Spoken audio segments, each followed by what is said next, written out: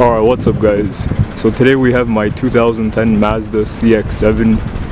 As you can see, I just waxed it. It has a 2.5 liter 4-cylinder dual overhead cam variable valve timing engine. This vehicle is 16 years old and it's in very great condition. I'm very happy with the condition. Of course there's some nicks and scratches and minor dents in the paint, but those are all things I'll be working on in the future. My father had a 2000 Mazda MPV, which was Mazda's flagship back in 2000. And ever since then, I've always loved Mazda and had such a great appreciation for the brand. They have really high quality vehicles and they're engineered really well. You know, I think they're a very sophisticated brand and I really like Mazda. So now I have my own Mazda, 2010 Mazda CX-7, and I really like it. You know, ever since, even before I bought it, I remember going to the car dealer with my father when he went to do an oil change, and I saw a black Mazda CX-7 for sale, brand new, and here I am today buying one. So I really like Mazda and I'm really happy with my Mazda CX-7. It's reliable so far. I have no problems with the engine and transmission. You know, other than I have like obviously a little bit of dents or little scratches in the paint, which I'll be working on. But so far the engine and transmission mechanically, my Mazda CX-7 works perfectly and it's reliable. So yeah, I guess I really like Mazda. Like I said, my father had a Mazda and I really like Mazda. So this is the key that came with the 2010 Mazda CX-7. See if we can get it to focus. It is a beautiful key. I like the design of it. You got the Mazda logo here. It's a switchblade. Of course the buttons are a bit worn out. We see here the key and then we just hit here. And the key flips out like so. So I did get two of these when purchasing the vehicle. As we can see, we can put it in the ignition here, and when we turn this, beautiful gauge cluster, nice lights. I really like the gauge cluster here with this like chrome outline on it. As you can see, she's got 176,224 kilometers. Yeah, I so far have no check engine lights. She runs beautifully. Engine and transmission are perfect. As we can hear, this is making a bit noise here, but so when I purchased the vehicle, it did come with the original owner's manual. So I have here the 2010 Mazda CX-7 owner's manual. So that's always nice to have, and it did come with 2 set of keys. So yeah, I got everything, and it did come with this 2010 warranty information booklet, so it's always nice to have, and the owner's manual. As we can see, the center console here has a beautiful chrome finish which shines. It looks so beautiful in the sunlight. We can see some nice shines here. So yeah, I really like the center console design here. It even has some chrome here. Yeah, it's a beautiful interior. This vehicle's laid out nice, and it's got this nice, let's see if it'll focus, got this nice design on the Mazda logo here. So yeah, it's a beautiful interior. Alright, let's hear how she sounds.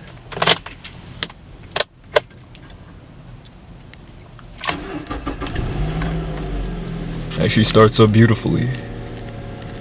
No shaking. No shaking and no weird rattles. Smooth, well-built vehicle. So as you can see, I've just waxed it. The paint's shining nice. And I really like this turtle wax product. It gives it a nice shine and it's very high quality. Yeah, the turtle wax does give the vehicle a beautiful shine. As we can see here, the brilliant black metallic paint on my 2010 Mazda CX-7 shines beautifully in the sunlight. I believe this paint color is 35N. So yeah, it does have a nice metallic sheen to it rather than normal jet black. But yeah, I do love the black metallic paint here and it looks beautiful. You know, it's standing just like that, and then we've added on the turtle wax there. It gives it a beautiful shine. It's amazing. You know, Mazdas are great quality vehicles and I really like them. My 2010 Mazda CX-7, it's a production 910, so September 2010. So this vehicle, yeah, it's about 16 years old, coming up on that soon.